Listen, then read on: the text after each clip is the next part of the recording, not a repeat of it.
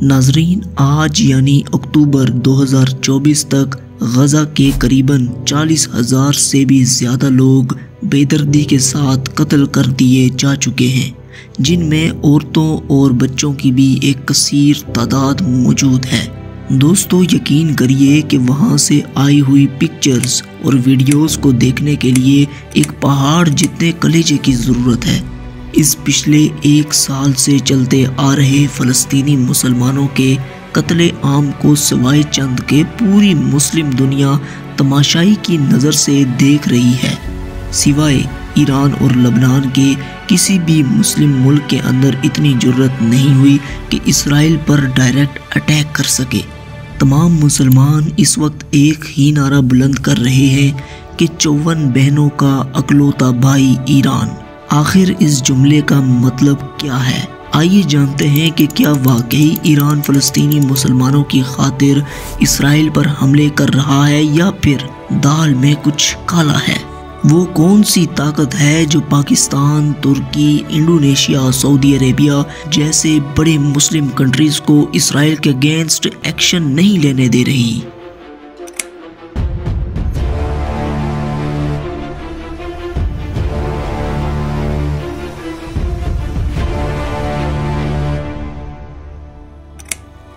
दोस्तों, मुस्लिम ममालिक आखिर गजा के मुसलमानों की नस्ल कशी यानी जेनोसाइड को तमाशाई की नज़र से ही क्यों देख रहे हैं?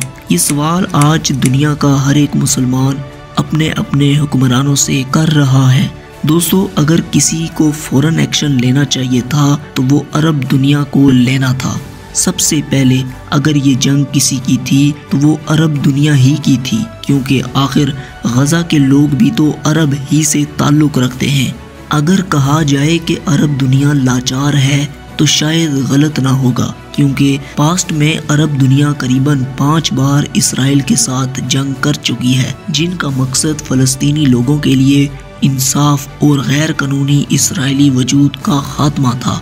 अब चाहे वो 1948 की अरब इसराइल वार हो, 1956 की जंग हो, 1967 की जंग हो या फिर 73 या 82 की जंगें हों, इन तमाम वार्स में अरब ममालिक ने इसराइल के वजूद का खात्मा करना चाहा, मगर बदकिस्मती से नाकाम रहे। ज़्यादातर जंगों में इसराइल ही को बरतरी हासिल हुई। बस यही वजह है, सिवाय एक यमन के आज तकरीबन सभी अरब कंट्रीज बजाय इसराइल के खिलाफ जाने के सफारती और इंसानी इमदाद के ज़रिए फ़लस्तीनी अवाम की मदद करने को तरजीह दे रहे हैं। दोस्तों, आपके लिए ये समझना निहायत ज़रूरी है कि रियासतें यानी स्टेट्स 2 तरह की होती हैं, एक नेशन स्टेट्स और दूसरी आइडियोलॉजिकल स्टेट्स।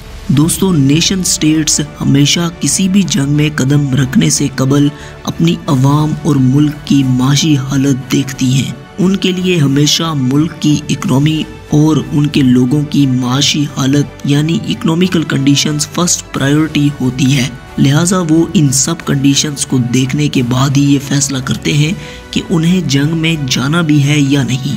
जैसा कि पाकिस्तान, इस बात में कोई शक नहीं कि पाक आर्मी मुस्लिम ममालिक में आज तकरीबन सबसे ज़्यादा ताकतवर मानी जाती है। मगर दोस्तों, पाकिस्तान इस वक्त इक्तिसादी बहरान, अंदरूनी मसाइल जैसा कि टेररिज्म, इन्फ्लेशन, पॉलिटिकल इंस्टेबिलिटी जैसे प्रॉब्लम से निपट रहा है।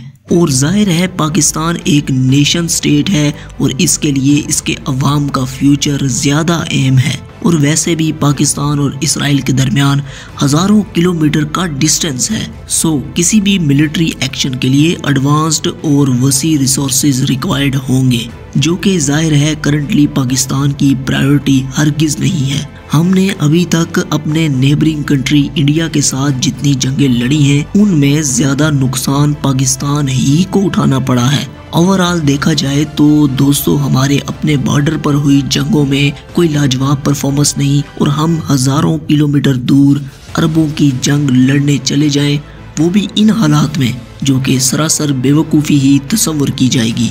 इसके अलावा तुर्की और बाकी के चंद बड़े मुस्लिम ममालिक नेशन स्टेट्स ही हैं जो कि अपने अवाम और मुल्क के मुस्तकबिल को फर्स्ट प्रायोरिटी समझते हैं और इसराइल पर हमला करने की बजाय सफारती और पॉलिटिकल तरीक़ों से फ़लस्तीन की हिमायत को जारी रखे हुए हैं।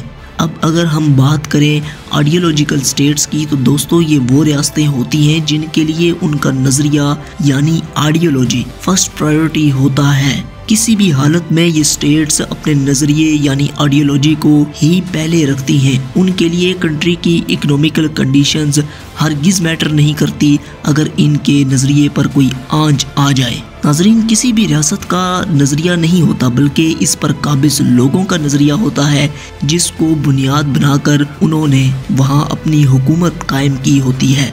अब दोस्तों, जैसा कि एक स्टेटमेंट सोशल मीडिया पर बहुत वायरल है, वो ये कि 54 बहनों का अकलौता भाई ईरान, यानी 54 बहनों का मतलब वो 54 मुस्लिम कंट्रीज जो गजा के मुसलमानों का जेनोसाइड यानी कत्ले आम एक तमाशाई की तरह बगैर किसी एक्शन के सिर्फ देख ही रहे हैं, और वहीं ईरान ही सिर्फ इसराइल पर अटैक्स कर रहा है। मगर दोस्तों, यहाँ पर आपको समझना होगा कि ईरान आइडियोलॉजिकल स्टेट है। जैसा कि हमने पहले बताया कि आइडियोलॉजिकल स्टेट्स के लिए उनका नज़रिया फर्स्ट प्रायोरिटी होता है। ईरान में पिछले 45 साल से आयतुल्ला रजीम कायम है, यानी मुल्लाओं की डिक्टेटरशिप। दोस्तों, ये डिक्टेटरशिप पिछले 43 साल से फ़लस्तीन की हिमायत और इसराइल और अमेरिका के खात्मे को अपनी ज़िंदगी का मकसद समझती है। ईरानी मुल्लाओं के मुताबिक अमेरिका शैतान अकबर है, यानी ग्रेट शैतान है जो कि तमाम नाइंसाफियों और जुल्म का जिम्मेदार है।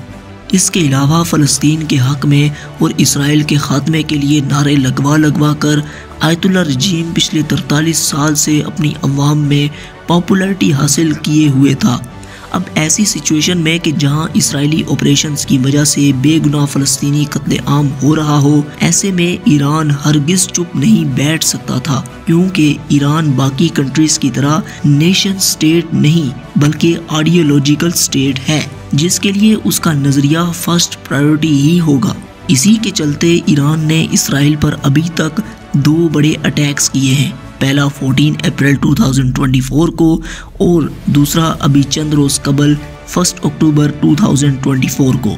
दोस्तों, इन दोनों बड़े हमलों से इसराइल को ना होने के बराबर ही नुकसान पहुंचा है, और दोनों अटैक्स गजा के मजलूम मुसलमानों के लिए हरगिज़ नहीं थे, बल्कि अप्रैल 2024 का अटैक जो कि ईरान ने इसराइल पर किया था, वो उनके सफारत खाने पर हुए हमले का जवाब था जो कि इसराइल ने उनके सफारत खाने पर किया था, जिस पर हमने ये डिटेल्ड वीडियो बनाई है जिसे आप देख सकते हैं।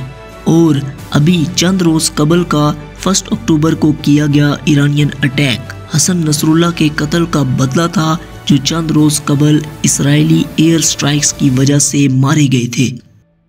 दोस्तों, जो भी है, लेकिन एक चीज़ वाज़े सबको नज़र आ रही है कि ये दुनिया वर्ल्ड वॉर 3 की तरफ आहिस्ता आहिस्ता बढ़ रही है। जहां इसराइल को अमेरिका की सपोर्ट हासिल है, वहीं चाइना और रशिया ईरान के स्ट्रेटेजिक पार्टनर्स हैं। खैर नाजरीन, जो भी होगा वो वक्त ही बताएगा। आपका क्या ओपिनियन है हमें नीचे कमेंट सेक्शन में ज़रूर बताइएगा, और जाने से कबल हमारे चैनल को सब्सक्राइब करना मत भूलिएगा। तो जब तक हमारी अगली वीडियो आती, तब तक के लिए आप अपना और अपने प्यारों का ख्याल रखिए। अल्लाह हाफिज़।